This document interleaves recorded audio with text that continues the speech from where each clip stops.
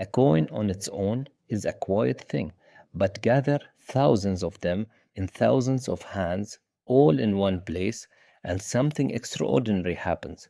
A force is born that no king commands and no army controls, a force that decides what everything in the world is worth. We left off with money in everyone's pocket. Coins had spread across the ancient world, trusted from Greece to Rome. But a coin is only useful if you have somewhere to spend it. And so, in the heart of every Greek city, a new kind of place appeared. The Greeks called it the agora. To us, it looks like a simple market: stalls of olives and fish, pottery and grain, wool and wine traders shouting prices across the crowd. But something invisible was happening here, something that would quietly run the entire future of the human economy. For the first time, buyers and sellers met in the open, by the hundreds, and in that crowd, a question was being answered that had puzzled humanity forever. How much is anything actually worth? Think about how it worked before coins and markets. If you traded a goat for grain, the price was a private guess between two people. Maybe you were desperate. Maybe you were fooled.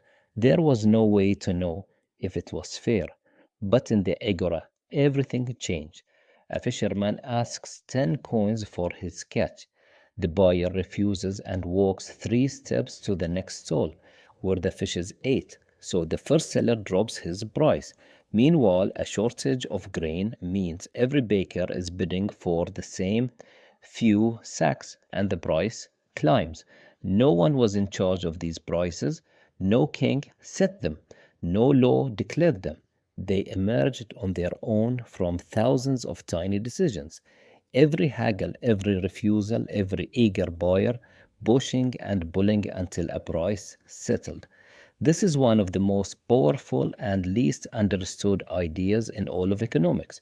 A price is not a number someone chooses. It is a message. It is information discovered by a crowd. A high price screams, "This is scarce," or "Everyone wants it." A low price whispers, "There is plenty," or "Few desire it." And that single number, the price, tells every farmer, every craftsman, every trader across the city exactly what to make more of and what to stop making.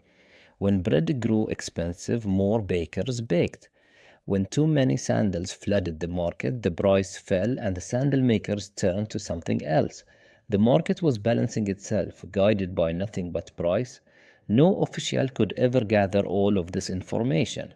No ruler could know how much every person wanted everything, but the market knew, because the market was everyone, all at once. Thousands of minds solving a problem too big for any single mind to hold.